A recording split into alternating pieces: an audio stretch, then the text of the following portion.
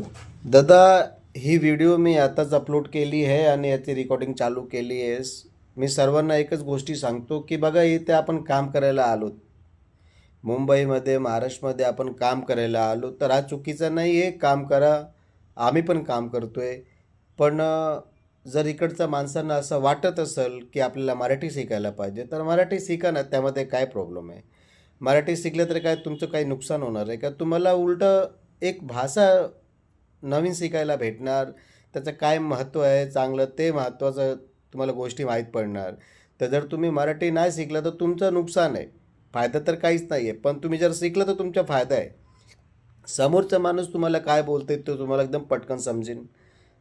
तुम्हाला कोणाबरोबर काय बोलायचं आहे, कसं वागायचं आहे, कसं राहायचं आहे, हे सर्व तुम्हाला माहीत पडणार. तर मी पण स्वतः एक UPचा माणूस आहे. आता मला वाटतं कमीत कमी 33 वर्ष झालं माहिती आहे राहून. पण आम्ही पण बोलतोय, काय टेन्शन नाही आहे. इथे काही विषय नाही आहे. राहायला इथे खूप छान आहे. इकडचे माणसं पण चांगले आहेत.